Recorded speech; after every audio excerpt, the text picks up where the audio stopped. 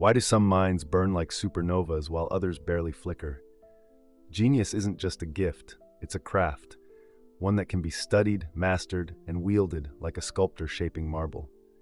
And no one embodied this more than Leonardo da Vinci.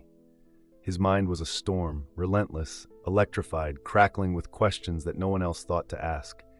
He wasn't just a painter or an engineer, he was a biologist before biology existed, an inventor before the industrial age, a scientist before the scientific method had a name. He saw the world not as separate fields of knowledge, but as a grand, interwoven tapestry. Art and science, logic and intuition, flesh and machinery, all part of a single, unified equation. Most people think Da Vinci was born a genius, but here's the shocking truth. He trained himself to think this way. His brilliance wasn't the result of divine inspiration or genetic lottery. It was the product of deliberate habits, relentless curiosity, and a way of engaging with the world that anyone can learn. And Michael J. Gelb's How to Think Like Leonardo da Vinci breaks it down into 7 principles, revealing that genius isn't some rare anomaly, it's a skill set. Yet here we are, centuries later, drowning in knowledge but starving for wisdom. Schools teach us what to think, not how to think. We're told to specialize, to stay in our lane, to trade curiosity for efficiency. We reward answers, but discourage questions. Leonardo would have laughed at this. He never chose between art and engineering, between philosophy and physics. He devoured everything, letting each discovery fuel the next. So here's the real question. What if you stopped thinking the way you were taught and started thinking like Da Vinci? What if you could rewire your mind to break through creative barriers, solve problems in ways no one else sees, and turn the ordinary into the extraordinary? For the next 50 minutes, we're pulling back the curtain on Da Vinci's mind, dissecting his methods, exploring his obsessions, and revealing the blueprint he left behind. Because the difference between mediocrity and genius isn't talent, it's vision.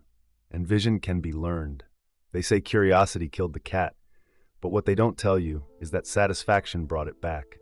The greatest minds in history didn't rise to greatness by accepting the world as it is. They questioned it, dismantled it, and rebuilt it in their own image. And no one embodied this more than Leonardo da Vinci. He wasn't just interested in the world, he was obsessed with it. Why does the sky change color at dusk? How do birds stay aloft without flapping endlessly? What lies beneath the skin, behind the eyes, inside the human heart? His notebooks, filled with over 13,000 pages of sketches, musings, and questions, weren't just records of his thoughts. They were evidence of a mind that never stopped asking why. Today, curiosity is often treated like a childish distraction, something to outgrow in favor of practicality. Get the degree, land the job, specialize, stay in your lane. But Leonardo knew that the opposite was true. Curiosity wasn't a luxury, it was the foundation of genius. The broader your knowledge, the deeper your insights. A question about birds leads to a flying machine. A study of water currents leads to groundbreaking anatomical sketches. And here's the part that might sting a little. You were born with this kind of curiosity. As a child, you asked hundreds of questions a day, but somewhere along the way, you were trained to stop, to sit still, to memorize answers instead of chasing new questions. The good news? You can reclaim it. In fact, every revolutionary thinker of the modern era has.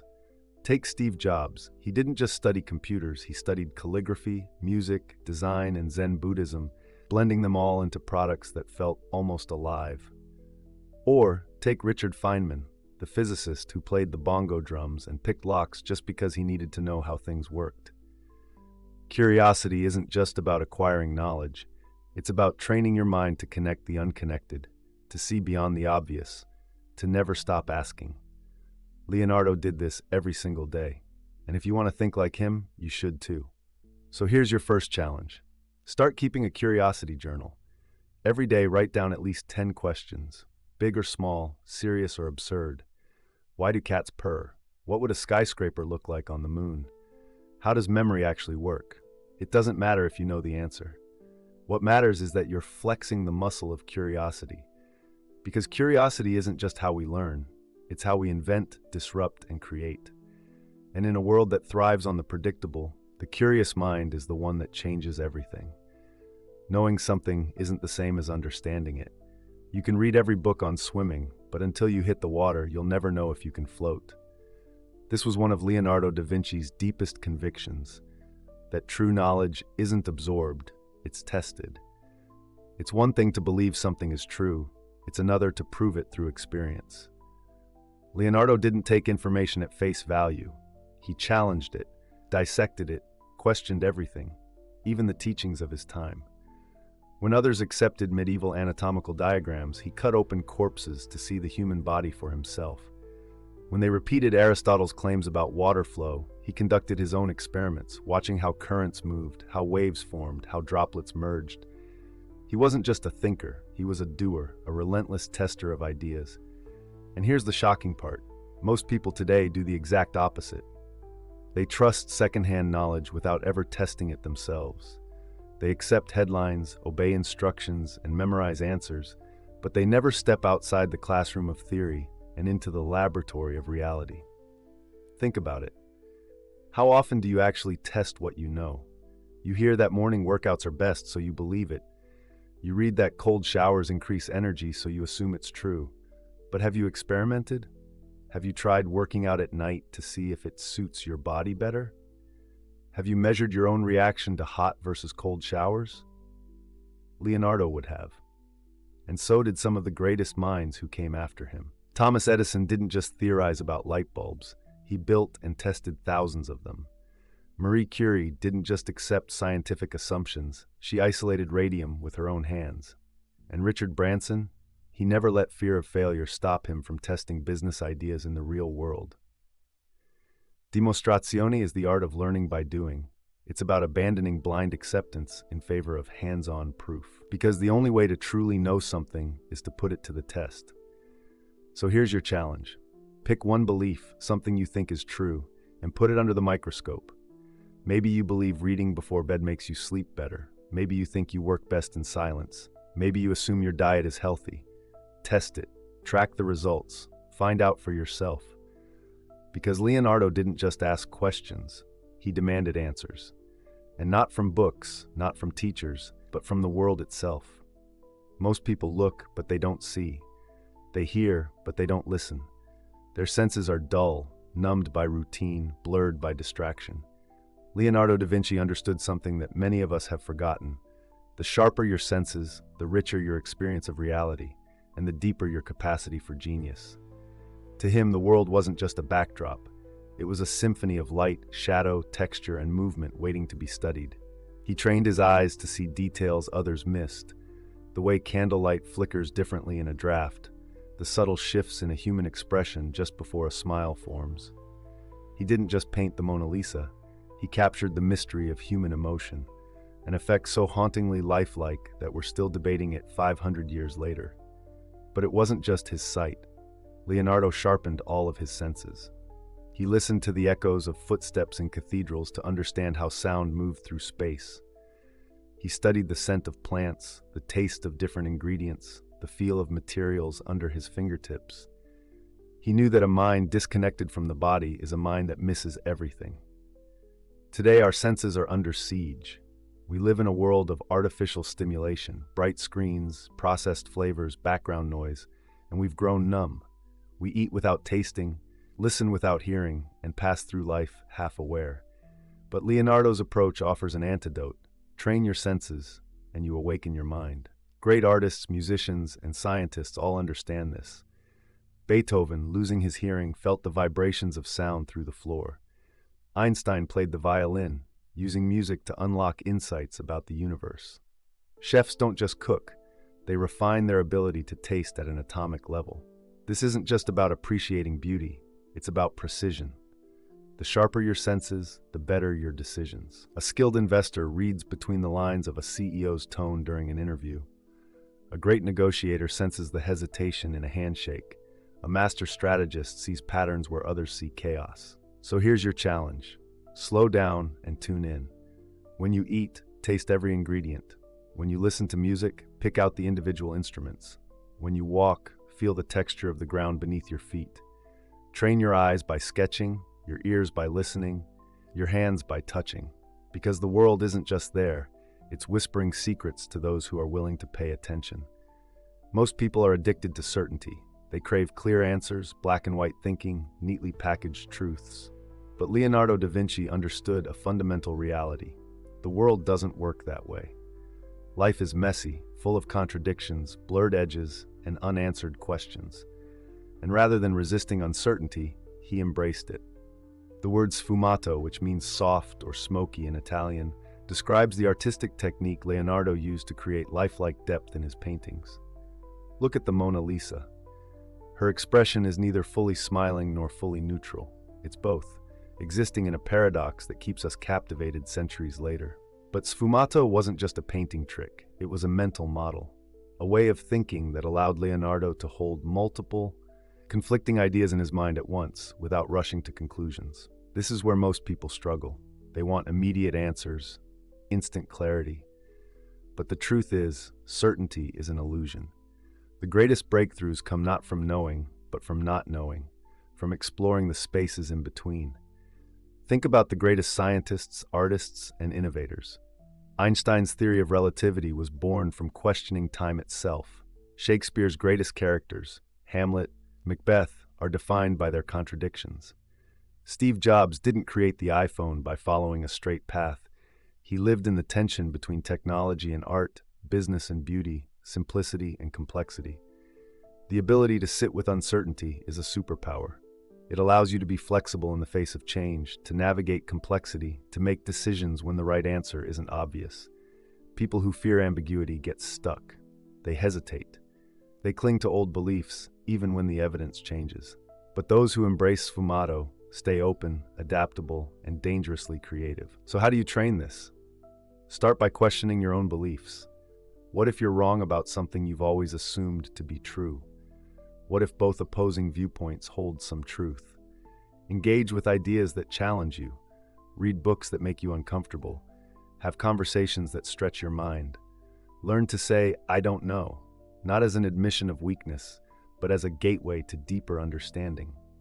Because in a world obsessed with certainty, the people who master uncertainty are the ones who change everything.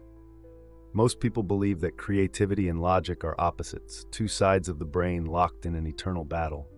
Artists see scientists as rigid. Scientists see artists as impractical. But Leonardo da Vinci saw something different, a world where art and science were not enemies, but partners. He didn't just blend them, he mastered both, using one to elevate the other. This is why his work is alive. His paintings pulse with anatomical precision because he studied the human body, muscles, tendons, bone structures, down to the smallest detail. His engineering sketches feel poetic because he understood not just how machines worked, but how nature worked. He painted air. He designed bridges with the elegance of a sculpture. He dissected both the human heart and the flow of rivers, seeing in both the same patterns, the same rhythms, the same truths. Today, the world forces a choice. Be analytical or be creative. Choose logic or intuition. Pick a major, pick a career, stay in your lane. But the truth is, the people who change the world reject this false divide. They think like Leonardo. Take Elon Musk, an engineer obsessed with science but whose success comes from vision. Or take Pixar, where coding and storytelling merge into worlds that feel real. The best designers understand physics. The best entrepreneurs have a feel for aesthetics. The best scientists think like artists, because the most powerful minds are whole minds. Leonardo saw knowledge not as separate disciplines, but as interconnected branches of the same tree. And when you train yourself to think this way, everything expands. So here's your challenge. Cross-pollinate. If you're an artist, study math. If you're an engineer, take a painting class. Read outside your field. Play an instrument. Sketch ideas instead of just writing them down. Ask how and why in equal measure. Because when you fuse arte with scienza, you don't just think differently. You think limitlessly. Most people treat their bodies like inconvenient machines, things to be fueled, pushed, and occasionally repaired when they break down. But Leonardo da Vinci knew better. He understood that the mind and body aren't separate. They are one system, feeding and influencing each other in ways most people never realize. To him, physical health wasn't just about fitness, it was about intelligence. A sluggish body meant a sluggish mind. A strong, agile, well-tuned body sharpened perception, creativity, and critical thinking. This is why he trained himself like an athlete. He walked for miles, swam, climbed, practiced fencing. He studied anatomy not just to paint bodies, but to understand them. He wrote about diet, posture, movement, and even how emotions physically manifest. He treated his body as a living experiment, refining its mechanics like an engineer perfecting a machine. Today, this idea has been backed by science. Exercise boosts memory, posture affects confidence, nutrition changes mood. The sharpest thinkers, Da Vinci, Darwin, Tesla, understood this intuitively. Yet modern life encourages the opposite: sedentary routines, screens, processed food, stress. We separate the mind from the body, and we wonder why we feel tired, unfocused, uninspired. But the world's top performers still follow Leonardo's lead. Olympic athletes use visualization to train their minds. CEOs maintain strict fitness regimens to stay mentally sharp. Writers and inventors take long walks to unlock new ideas. Physical movement doesn't just strengthen the body, it fuels the brain. So here's your challenge. Move like Leonardo. Treat your body as a tool for genius. Walk more. Stretch. Experiment with how different foods affect your focus. Sit up straight and notice how it shifts your confidence. Train your endurance, not just for health, but for mental clarity, because the mind is only as strong as the body that carries it. And Leonardo knew that a genius who neglects their physical form is no genius at all. Most people see knowledge as a collection of separate boxes. Science goes in one, art in another. Business, psychology, history, each in its own category, never touching. But Leonardo da Vinci saw something different. To him, everything was connected. Ideas weren't isolated facts, but threads in a vast, intricate web. Pull one, and the whole system shifts. This is why his mind was limitless. He didn't just study anatomy. He saw the same spirals in mussels as in seashells. He didn't just sketch machines. He looked to birds and water currents for inspiration. He realized that the same principles that shape the human body shape the universe itself. Art wasn't separate from science. Music wasn't separate from mathematics. Everything was a pattern waiting to be understood, and the most revolutionary minds think this way. Einstein saw the deep connection between time and space, gravity and acceleration. Steve Jobs saw how calligraphy and technology could merge into elegant design. The world's greatest investors don't just study numbers, they understand human psychology, history, and geopolitics.